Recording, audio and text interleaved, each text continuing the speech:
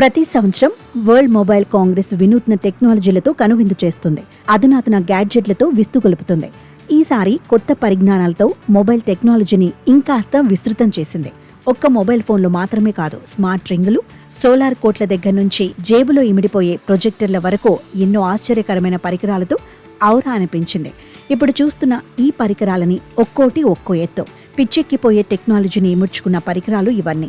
ఇంతవరకు బాగానే ఉంది, కానీ ఇప్పుడు చూడబోతున్న విషయమే super shocking event.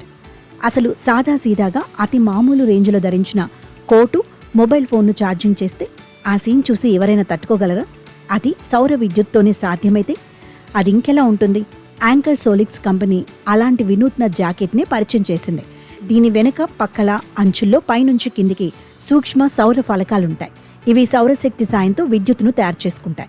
USB cable సాయంతో మొబైల్ ఫోన్ల వంటి పరికరాలను చార్జ్ చేస్తాయి. చీకట్లో దీని అంచులు LED బల్బులతో వెలుగులీనుతూ ఉంటాయి కూడా. లెనోవో కొత్తగా యోగా సోలార్ పీసే పరికరాన్ని ప్రదర్శించింది. దీని మూత మీద 84 సౌర కణాలుంటాయి.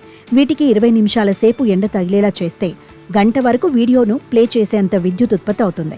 ఛార్జింగ్ చేయడానికి విద్యుత్ సదుపాయం లేని చోట్ల ఇదెంతో అనువుగా ఉంటుందని భావిస్తున్నారు. లెనోవో ఒక్కటే కాదు, చైనాకు చెందిన ఇన్ఫినిక్స్ కూడా వెనకాల సౌర ఫలకంతో కూడిన ఫోన్ను రూపొందించింది. పెరోస్కైట్ సౌర కణాలతో కూడిన దీనిలోని సోలార్ ఎనర్జీ రిజర్వింగ్ వ్యవస్థ ఫోన్ను 2 వాట్ల వేగంతో ఛార్జ్ చేయగలదు. ఫోన్ను ఎండలో పెట్టి వెళ్లినా మరీ ఎక్కువగా వేడెక్కదు.